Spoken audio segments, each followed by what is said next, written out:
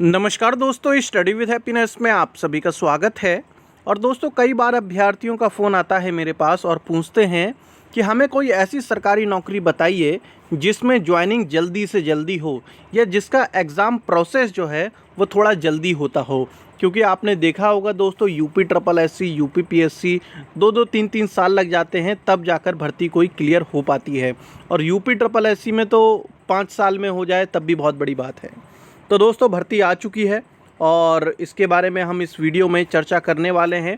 तो यदि आपको जल्दी सरकारी नौकरी चाहिए तो आप इस वीडियो को पूरा देखिए।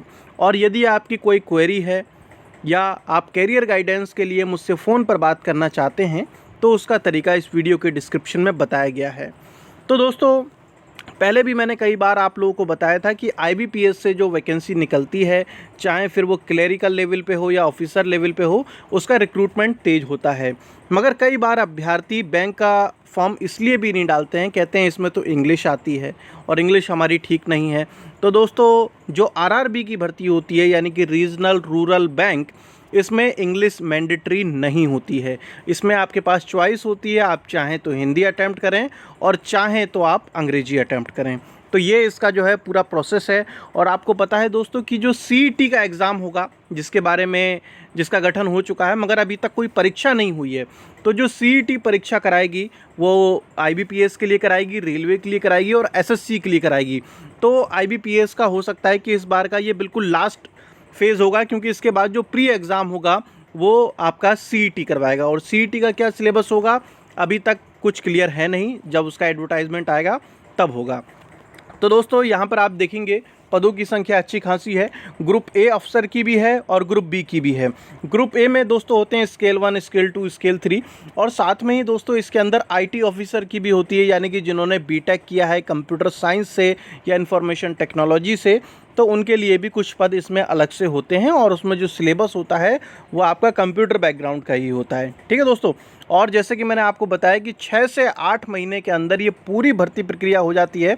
तो यदि आप इस परीक्षा को क्वालिफाई कर लेंगे तो जनवरी में आपको अलॉटमेंट लेटर मिल जाएगा। मतलब कौन सी बैंक आपको मिली है, जनवरी, यानी कि अगले साल जनवरी में जो है आपकी ज्वाइनिंग हो जाएगी। ठीक है, कमेंट सेक्शन में मुझे ये ज़रूर बताइएगा कि आप में से ऐसे कितने लोग हैं जो कि इसके लिए आवेदन करने वाले हैं।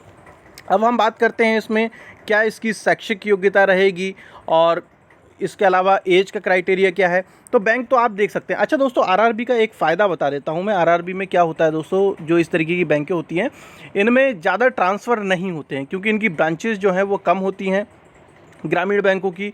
तो आप अपने घर के आसपास भी रहना चाहते हैं तो भी इसमें आप रह सकते हैं। ठीक है, तो आप मान लीजिए यदि आप उत्तर प्रदेश के हैं तो आप उत्तर प्रदेश के अंदर कौन कौन सी इस तरीके की ग्रामीण बैंक है उसी हिसाब से आप इसमें अप्लाई कर सकते हैं। तो हम एलिजिबिलिटी क्राइटेरिया पर आ गए हैं।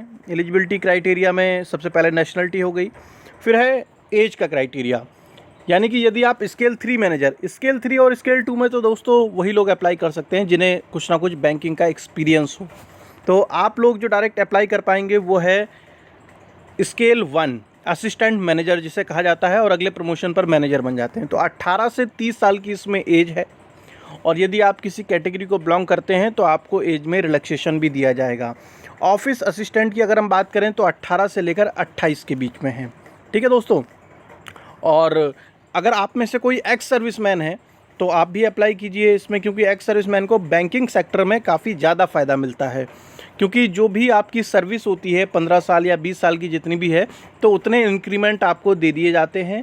तो फाइनेंशियली आपको इसमें काफ़ी बेनिफिट मिलेगा। भले ही आप क्लर्क सेलेक्ट होते हैं मगर आपकी जो सैलरी होगी वो मैनेजर से भी ज़्यादा होती है, क्योंकि आपको पे प्रोटेक्शन इसके अंदर दिया जाता है बैंकिंग में।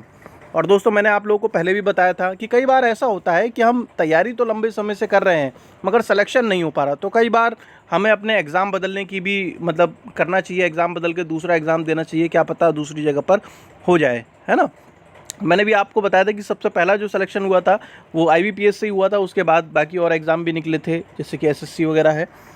और तो आप ट्राई कर सकते हैं, मगर हाँ, इसका पहले आप सिलेबस देखिए और लास्ट ईयर के पेपर देखिए। मैं आपको फोर्स नहीं करूँगा कि आपको डालना ही डालना है, मगर ये है कि अगर जल्दी नौकरी पानी है तो आपको अपनी तैयारी में कुछ ना कुछ बदलाव तो लाने पड़ेंगे।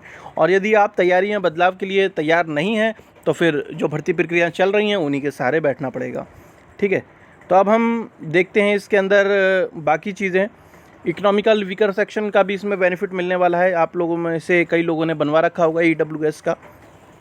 ऑफिस असिस्टेंट की अगर हम बात करें तो बैचलर डिग्री चाहिए दोस्तों। बैचलर डिग्री के साथ जो है वर्किंग नॉलेज ऑफ कंप्यूटर होने चाहिए, मतलब डिज़ायरेबल है ये। और लोकल लैंग्वेज आपको आनी चाहिए। ऐसा नहीं है कि आपने ऐसी बैंक भर दी जो कि तमिलनाडु में है या फिर केरल में है, वहाँ की आपको भाषा ही नहीं आती है तो फिर आप उसमें अप्लाई नहीं कर सकते। ऑफिस असिस्टेंट स्केल 1 की अगर हम बात करें तो बैचलर डिग्री इसके अंदर होनी चाहिए। और साथ में प्रीफरेंस किसे दी जाएगी? प्रीफरेंस का मतलब दोस्तों ये होता है कि अगर बराबर नंबर आते हैं तब, ठीक है।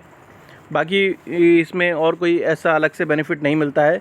स्केल 2 के लिए जो है आपका 2 साल का एक्सपीरियंस होना चाहिए बैंक में, जिन्हें बैंक में 2 साल कर चुके हों ऑफिसर लेवल पर, उनके लिए है। और स्पेशलिस्ट मैनेजर का जो है यहाँ पर स्पेशलिस्ट ऑफिसर के लिए जो वैकेंसी निकलती है दोस्तों, आप देखेंगे कि बैचलर डिग्री अगर आपने communication, computer science, information technology में 50% से की है तो आप कर सकते हैं। मगर यहाँ पर आपको 1 ईयर का एक्सपीरियंस चाहिए। यदि आपको किसी प्राइवेट कंपनी का भी एक्सपीरियंस है तो आप डायरेक्ट स्केल 2 के लिए, जो कि मैनेजर लेवल की पोस्ट होती है, उसके लिए भी अप्लाई कर सकते हैं। इसके अलावा यदि आप CA वाले हैं, चार्टेड अकाउंटेंट, तो वो उसके लिए भी अप्लाई कर सकते हैं। लॉ ऑफिसर के लिए भी कर सकते हैं। तो ये इसके अंदर होने वाला है। और ऑफिसर स्केल 3 सीनियर मैनेजर जो होता है, इसमें 5 साल का एक्सपीरियंस चाहिए होता है। इसमें आप अप्लाई मतलब नहीं कर सकते जो मतलब इस समय पर बेरोज़गार हैं। फ़ीस की अगर हम बात करें दोस्तों, फ़ीस तो इसमें ज़्यादा होती है, पहले से ही है। तो इसके अंदर फ़ीस जो है ऑफिसर लेवल की और क्लरिकल लेवल की दोनों की 850 रुपये है। SC ST दिव्यांग अभ्यर्थियों के लिए जो है वो 175 रुपये है। एग्ज़ाम का पैटर्न आप देख लीजिए कि जो ऑफिस असिस्टेंट का है वो रीजनिंग और न्यूमेरिकल एबिलिटी है दोस्तों। बहुत सारे अभ्यर्थी ऐसे होते हैं जिनकी जो जर्नल यानी कि जनरल स्टडी है, हिस्ट्री, ज्योग्राफी, पॉलिटी, ये सब नहीं पढ़ना चाहते, कहते हैं हमें समझ में ही नहीं आता। तो दोस्तों ये सब चीज़ें इस एग्ज़ाम में पूछी भी नहीं जाती हैं, तो इस चीज़ का आपको बेनिफिट मिलेगा। तो अगर आप चाहें तो रीजनिंग और न्यूमेरिकल एबिलिटी पर अपनी प्रैक्टिस बढ़ाइए और इस एग्ज़ाम को क्वालिफाई आप कर सकते हैं। ऑफिसर स्केल 1 की बात करें तो यहाँ पर भी रीजनिंग और क्वांटिटेटिव एप्टीट्यूड, तो इसमें जो मैथमेटिक्स होती है वो थोड़ी सी टफ होती है क्लरिकल लेवल से।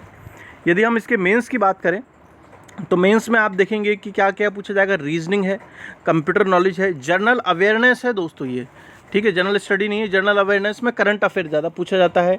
उसके अलावा इंग्लिश लैंग्वेज और हिंदी लैंग्वेज, इसमें आपको चॉइस मिलेगी। और फिर आपका न्यूमेरिकल एबिलिटी, ये आपका टेस्ट होने वाला है। और ऑफिस असिस्टेंट में जो है आपका इंटरव्यू भी नहीं होगा। फिर हम आगे बात करते हैं। आगे इसमें है ये सब, इसके बारे में एग्ज़ाम सेंटर के बारे में भी बता रखा है।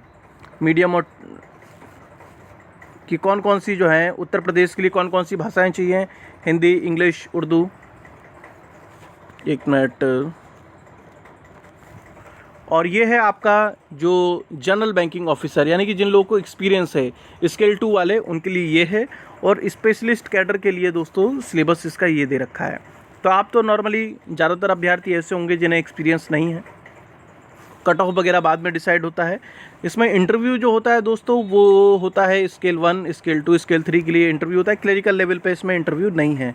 एग्ज़ाम सेंटर जो है वो आप अपने हिसाब से इसमें चुन सकते हैं। तो ये इसका पूरा प्रोसेस होने वाला है एग्ज़ाम का। अगर आप अप्लाई करना चाहते हैं तो कर दीजिए, अदरवाइज़ जिस एग्ज़ाम के लिए आप तैयारी कर रहे हैं करते रहिए। ठीक है दोस्तों, तो जल्द मिलेंगे हम नेक्स्ट वीडियो में। तब तक के लिए जय हिंद, जय भारत।